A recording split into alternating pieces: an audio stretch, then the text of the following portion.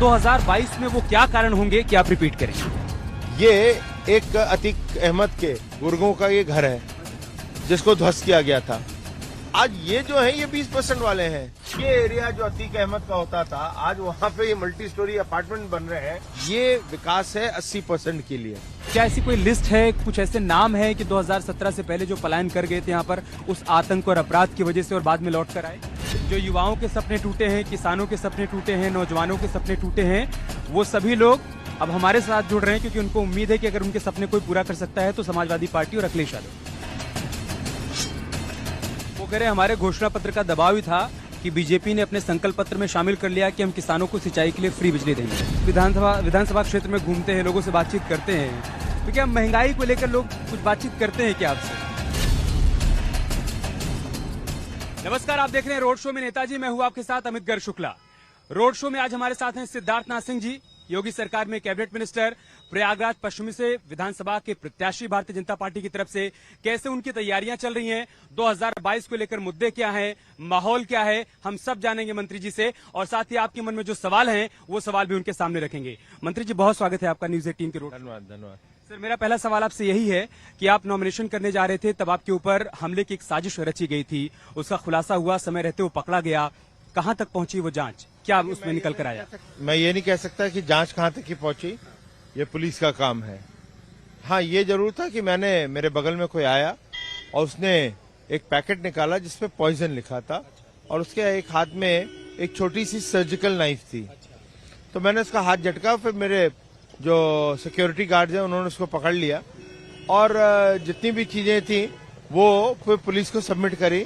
और उसके बाद जो है वो पुलिस का काम है, उनको देखना है क्या है, विवेचना वो करेंगे और जो भी होगा फिर उसकी कार्रवाई करें। सर, बहुत सेंसिटिव विधानसभा क्षेत्र रही है 2017 से पहले, तो क्या कुछ लोग ऐसे लोग हो सकते हैं जो आपकी लोकप्रियता से परेशान हो, वो आपको टारगेट करना चाहते हो? देखिए, ये जो शहर पश्चिमी प्रयागराज है, ये एक प्रकार से माना गया है कि ये जो शहर पश्चिमी है ये बाहुबलियों का है। अब बाहुबलियों का यहाँ पे अंत कर रहा हूँ तो हो सकता है कुछ परेशान होंगे, लेकिन मेरे साथ जनता है इसलिए मैं निडर हूँ, तो मुझे कोई दिक्कत नहीं है। कैसी तैयारियां हैं सर 2022 को लेकर? तैयारियां पूरी हैं, मुझे कोई दिक्कत नहीं है। और आप भी मेरे साथ घूम रहे हैं, तो जब आप और जब चलेंगे गांव के अंदर, आप जब चलेंगे तो आपको भी दिखेगा कि तैयारियां बहुत अच्छी हैं। बीते 5 साल में आपकी तरफ से जो काम किए गए इस विधानसभा क्षेत्र में, आप कुछ भी देख लीजिए, मार्केट खुलती जा रही है, बगल में जो श्रावल कला का जो प्राथमिक विद्यालय है वो हो गया है। ये यहाँ पर ब्लॉक नहीं था, आज ब्लॉक बन गया है। लोगों को 50 किलोमीटर दूर जाना पड़ता था तहसील के काम के लिए, आज उनको जाने की आवश्यकता नहीं है। रोडें अच्छी बन गई हैं और सबसे बड़ी चीज है सुरक्षा है। जिस जगह आप घूम रहे हैं इस समय, यहाँ पे 2017 के मेरे पास फोटोग्राफ्स हैं कि आपके नी यहाँ तक घुटने तक की आपके यहाँ पर गड्ढे थे, कीचड़ था। यही जो आप रोड देख रहे हैं, ये पीपल गांव की देखते हैं, ये आज आप 4 लेन देख रहे हैं, ये असंभव माना जाता था। आज यहाँ पे आप देखिए, आप अपने यहाँ पे गाड़ी 100 पे भी चला लीजिए तो आराम से चलेगी। सर, 2017 में पहली बार इस सीट पर कमल खिला था, उस वक्त क्या वो कारण रहे, क्या परिस्थितियां बनी कि जो कभी नहीं हो पाया था वो हुआ, और 2022 में वो क्या कारण होंगे कि आप रिपीट करेंगे? नहीं, देखिए, मोदी जी का बहुत बड़ा फैक्टर था 2017 में, उनकी योजनाएं उन्होंने जो दिया और जो उम्मीदें बढ़ी थी। 2017 के चुनाव में जब मुझे यहाँ पे भेजा गया था तो यही उम्मीद थी कि मोदी जी का जो एक मॉडल है वो यहाँ पे आएगा, और उसी के कारण जो एक ये भी है कि मेरा परिवार का भी, मेरे जो बड़े चाचा यहाँ से 3 दफे विधायक रह चुके हैं, कांग्रेस से रहे थे, तो वो भी दिमाग में था, मगर वो 30 साल पहले की थी, मगर उनका भी एक फैक्टर रहा है। और एक शहर पश्चिमी को बीजेपी, मोदी जी और एक साफ सुथरी छवि का व्यक्ति चाहिए था। मैं आज सुबह पेपर पढ़ रहा था और बड़े मजा आ रहा था मुझे देखने में कि प्रयागराज का जो कल्चर और यहाँ पे विधायक किसी भी दल के रहे हों या जिन्होंने अभी नॉमिनेशन भरा है, अगल बगल जितने भी क्षेत्र है, सबके पास रिवॉल्वर गन है, खाली एक के पास नहीं है, वो है सिद्धार्थनाथ सिंह। तो सर, आप इस विधानसभा क्षेत्र में आए 2017 से पहले, यहाँ जो माहौल था हर कोई उसको जानता है, किस तरीके से अपराध का ग्राफ यहाँ पर बढ़ा हुआ था। आप कह रहे हैं आपके पास एक भी रिवॉल्वर नहीं है, तो डर नहीं लगा मन में? मुझे नहीं डर है। देखिए, जब आप जनता आपके साथ खड़ी है तो आपको उनके बीच में ही रहना है, और इसके जब आप उनके साथ हैं तो वो जैसे वैसे हम भी रहेंगे। तो हम क्यों उस तरह की रिवॉल्वर और गन रखे? मैं तो रिवॉल्वर और गन के कल्चर के खिलाफ हूं। मैं उनमें से पहला विधायक था जिसको मंत्री बनते ही जिसने अपनी गाड़ी से लाल बत्ती हटाई है।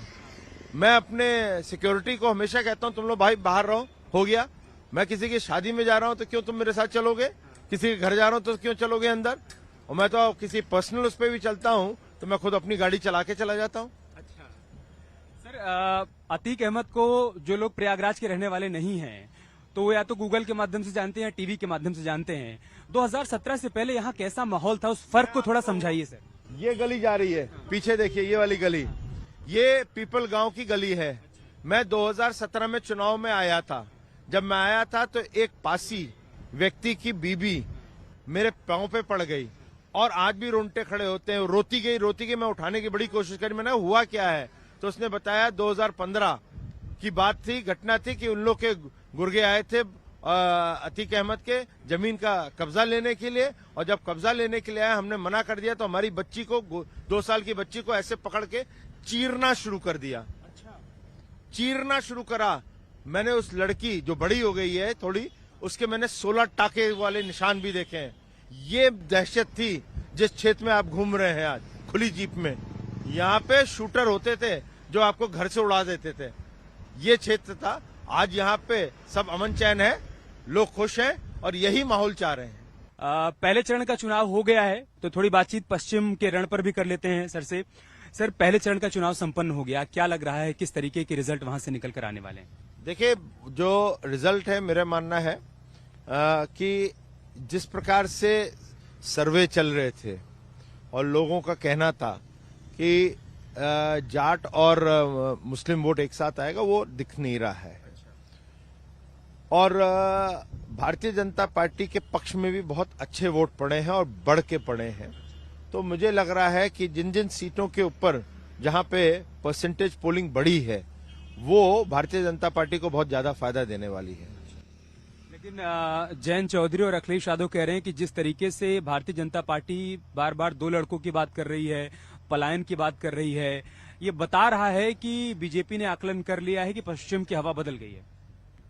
ऐसा है, पलायन तो हो रहा था जिस विधानसभा में। यहाँ पे भी आप गांव-गांव घूम लीजिए, यहाँ पे भी हिंदुओं का पलायन कराया गया है इन लोगों के माध्यम से जो बाहुबली है, अतीक एंड कंपनी। तो आज उन लोग वापस आ रहे हैं। क्यों? उनको सुरक्षा का माहौल है। तो वहां पे भी यही था।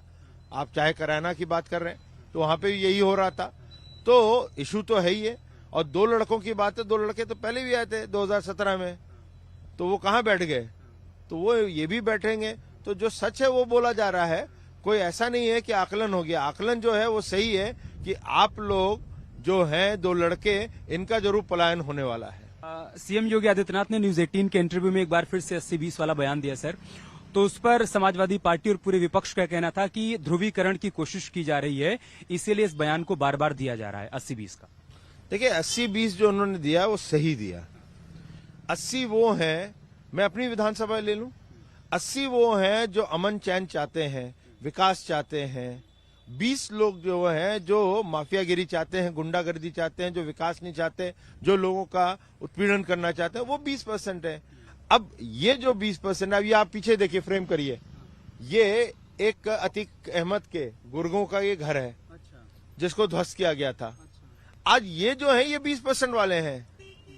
उसके इर्द गिर्द जो लोग थे वो नहीं थे 20% में। यहाँ पे इसी के बगल में लोग मतलब अखिलेश जी के टाइम से पड़ा हुआ था एक मेडिकल कॉलेज 950 बेड का बनने का, नहीं बन पाया था। बगल में ही है, दिखेगा आपको। वो आज तैयार हो गया है। क्यों हो गया है? क्योंकि 80% चाह रहा था, 20% वाले नहीं चाह रहे थे। तो यही सच्चाई है 80-20 की। लेकिन इस पर भी वो कहते हैं कि आपने टारगेटेड कार्रवाई की, जैसे अभी आपने उस घिरी हुई इमारत को दिखाया कि अतीक अहमद को टारगेट किया गया, मुख्तार अंसारी को टारगेट किया गया, आजम खां को टारगेट किया गया। अब उनको इसके लिए दर्द हो रहा है। कानून के तहत किया गया, जिन्होंने, जिसकी गाथा है यहाँ पर। एक मैंने पासी समाज का आपको बता ही दिया। आजम खां की गाथाएं हैं, मुख्तार अंसारी के बारे में दुनिया जानती है, तो आप उसके लिए आप कह रहे हो कि उनके लिए उनको दर्द क्यों होता है अखिलेश जी को? ये टारगेटेड है, आपको भी करना चाहिए था। टारगेट तो वो हो रही थी जो 80% जनता है, ये जो 20% कर रहे थे आपने नहीं किया, हमने करके दिखाया। तो आज आपको दर्द इसलिए हो रहा है क्योंकि आज गलती से इनकी सरकार आ गई ना, तो यही आजम खां, यही अतीक अहमद, यही मुख्तार अंसारी, मान लेना वो सब जेल से बाहर होंगे और लखनऊ में गद्दियों पे बैठे होंगे। इसके अलावा वो कहते हैं कि हम किसानों की बात करते हैं, नौजवानों की बात करते हैं, तो आप ये पैन करें अपने उस तरफ। ये अब आपको देखिए यहाँ पर ये मल्टी स्टोरी अपार्टमेंट्स बन रहे हैं। अच्छा, ये एरिया जो अतीक अहमद का होता था, आज वहाँ पे ये मल्टी स्टोरी अपार्टमेंट बन रहे हैं, लोग शिफ्ट करना चाहते हैं। अच्छा, इसी का भी कुछ समय पहले शिलान्यास हुआ था सर? नहीं, इसका नहीं हुआ था, मैं खाली ये बता रहा हूँ। अब उसके पीछे देखेंगे, यहाँ पे ट्रेनिंग सेंटर चल रहा है ITI का प्राइवेट में, ये संभव नहीं था। ये विकास है 80% के लिए और 20% के लिए नहीं है। सर थोड़ी बातचीत अखिलेश यादव जी के बारे में करते हैं।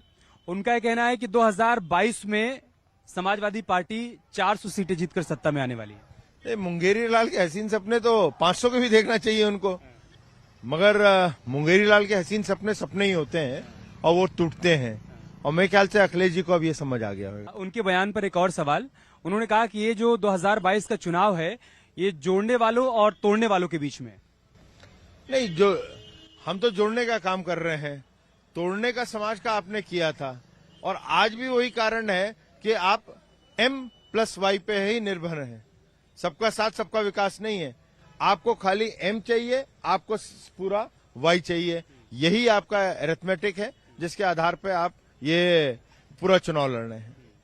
हम एक दुकान पर आ गए हैं सर, तो यहाँ पर थोड़ी चाय पी लेते हैं। अच्छा, गुड़ की जलेबी है यहाँ पर, तो गुड़ की जलेबी खाते हैं सर, जो बहुत फेमस है यहाँ पर। हाँ जी, यहाँ पे बहुत फेमस है। तो ये गोशी है जो हम लोग का श्रावल कला है प्रयागराज में। ये एक बहुत बड़ा गद्दियों का एक एरिया में गुंडों को माना जाता था। आज देखिए मार्केट कैसे फ्लरिश कर रही है, लोग खुश हैं। आइए वहीं पे समोसा खाएंगे। चलिए, तो गुड़ की जलेबी आ गई है। जो लोग प्रयागराज या इधर के रहने वाले हो तो जानते हैं कि इधर गुड़ की जलेबी बहुत फेमस है, लेकिन अगर आप यहाँ नहीं रहते हैं और कभी आइएगा तो यहाँ पर जलेबी का स्वाद जरूर चखिएगा। सर जलेबी भी खाते हैं और साथ ही साथ चुनाव पर चर्चा भी करते हैं।